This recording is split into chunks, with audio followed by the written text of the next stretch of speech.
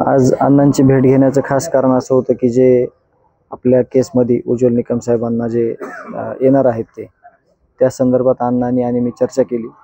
तसेच SIT आणि CIDमध्ये जे काही आपल्याकडं अजून माहिती देण्याचं काम चालू आहे किंवा त्यांचं तपास करण्याचं काम चालू आहे, याच्यामध्ये कुठली गोष्ट राहिली नाही पाहिजे या संदर्भात अण्णा आणि मी चर्चा केलेली आहे.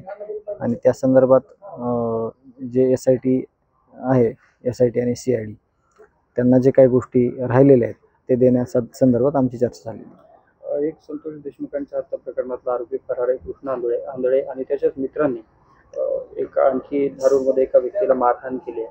ज्या पद्धतीने तुमच्या बंधूंना मारहाण झाली त्याच पद्धतीने मारहाण करत त्यांनी सांगितलं की वाल्मिकांच्या जर बातम्या बघितल्या तर तुझा सुद्धा संतोष देशमुख. या घटनेकडे तुम्ही कसं पाहता?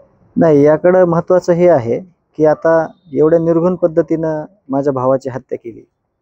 मी इतक्या चांगल्या पद्धतीनं न्यायाच्या भूमिकेत न चुकीचं काही बोलता न कुठली गोष्ट मध्ये येऊ देता न्याय मागतोय.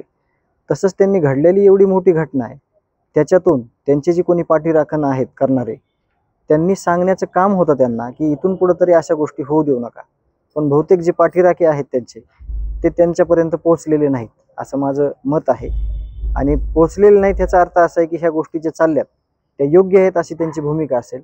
त्यांनी ती भूमिका बदलायला पाहिजे आणि ज्या काही घटना आहेत अशा घडणाऱ्या त्या घडल्या नाही पाहिजे. होमगार्ड आहेत त्यांना अतिशय चुकीच्या पद्धतीनं म्हणजे मारहाण झालेली आहे आणि हे एकदम चुकीचं आहे. ह्याच्यावर बोलण्याचं सुद्धा काही काम नाही, कारण ह्या घटनाच नाही घडल्या पाहिजे मुळात.